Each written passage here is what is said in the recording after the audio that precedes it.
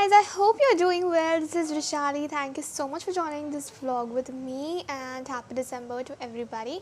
Today we are going to talk about my favorite top series of 2023 which were released across the streaming platforms and which became my favorite and something I really admired. The whole plot, the story, the dialogues, the end credits, the music, the theme, and all of that. Okay, so the first and foremost, by default, goes to the first place, goes on the top is Succession.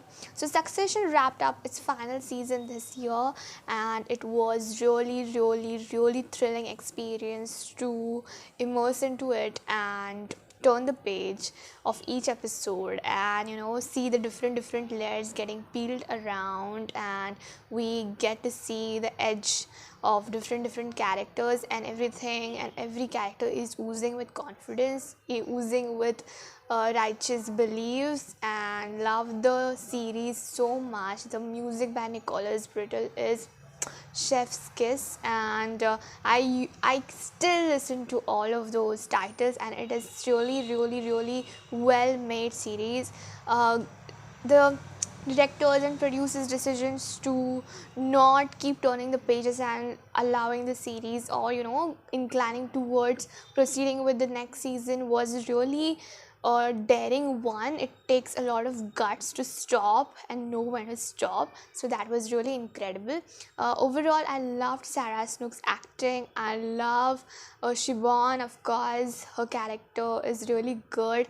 The fighting scene between him and Matthew was brilliant. Greg was amazing, and of course Kendall was something in this series. And how we can let go of Logan Roy. Amazing series, definitely deserves to win many awards, and I'll definitely recommend you, if you haven't still watched any of the season yet of Succession, because you shall not miss it, and this series was my favorite. The second number goes to The Crown, which I was talking about earlier. The part 1 of the last season has been already released in the month of November, and the part 2 will be releasing shortly in this month only, and I can't wait to see what happens, because the last part was wrapped just right before Dinah got in the car and she was in Paris, and we'll be seeing what comes on later through the lens of the director of this series. And I'm very excited about how they introduce different character, the older character, the character we see right now, William and Kate Middleton. And so that part will be having these two characters which are now older, wiser in the universities and all of that. So I can't wait to watch. Love the acting of Elizabeth Levitsky. She is phenomenal. Her portrait of Dinah is really incredible. It really looks good. In the last season, in the part 1, she appears like a ghost when she passes away, and that is so that is such a good angle to have been brought on the screen. So in Paris when she passes away, and how everybody interacts with these two characters, Dodi Fayed and Diana, and it has been the way it is handled was something something like a bit tacky to bring to the screen, but it was well received, I guess, and it just added that different layer to the whole spectrum of the way we consumed The Crown. It was phenomenal. Loved it. If you still haven't watched the season yet, definitely do, and I'll definitely recommend it to start from beginning as well. Okay. The third series I want to talk about is Indian series The Night Manager, streaming on Hulu. Of course, I'm gonna see Aditya Roy Kapoor if he comes on screen. How can this girl miss him, huh? When he drops on the screen and he's looking smashing hot on the screen, he looks phenomenal. Okay, in this series, The Night Manager. Oh my God, the way he strikes his aura, the way he is portraying it, like his presence is kafi for me. Nothing else to do. This the night manager is about, how he was a manager, but he has this how he has this spyish vibes to him, and how he, gets to the culprit, and how he interacts with the like a bandit, or like a dangerous insan.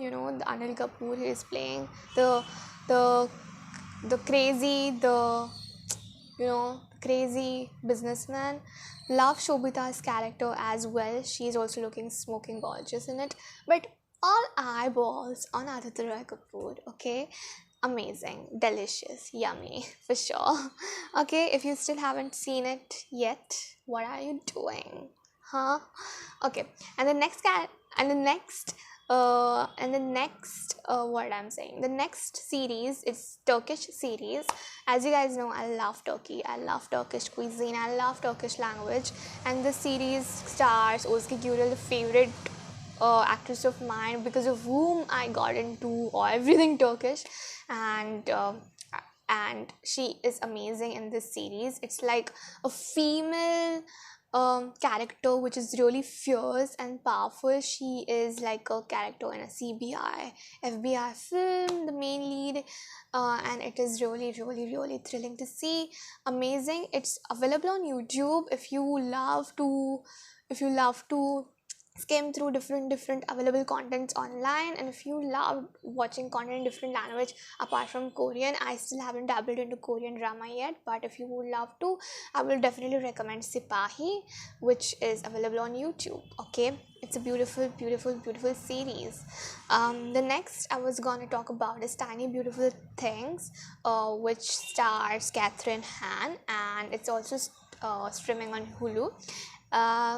It's really, really, really beautiful series, which is based on Cheryl Strayed book, which I read a few years ago. Like, it's one book one should read in their 20s for sure. It just garners different perspective, and we require it while we are adulting, and it is really, really good book.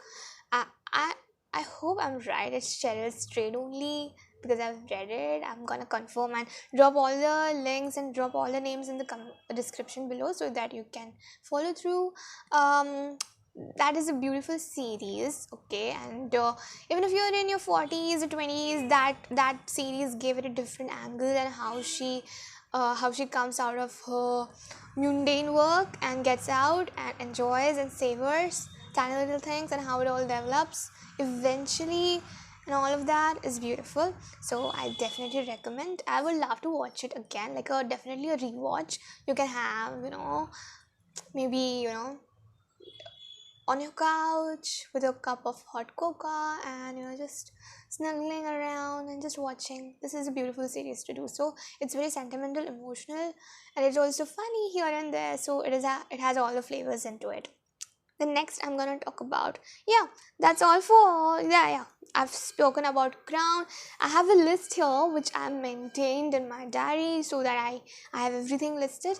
So these were my favorite series of this year, and I hope to have good series to see next year too, in 2024, because HBO is gonna get over Geo now. So the next year House of Dragon is gonna get released, so we need to watch it on Geo, because Hotstar nothing HBO-ish is going to get streamed anymore. No White Lotus, just no Succession of course, but no House of the Dragon or anything like that. So there is that, and with that I'm just gonna wrap up this episode here. Thank you so much for joining in. Take care. Bye.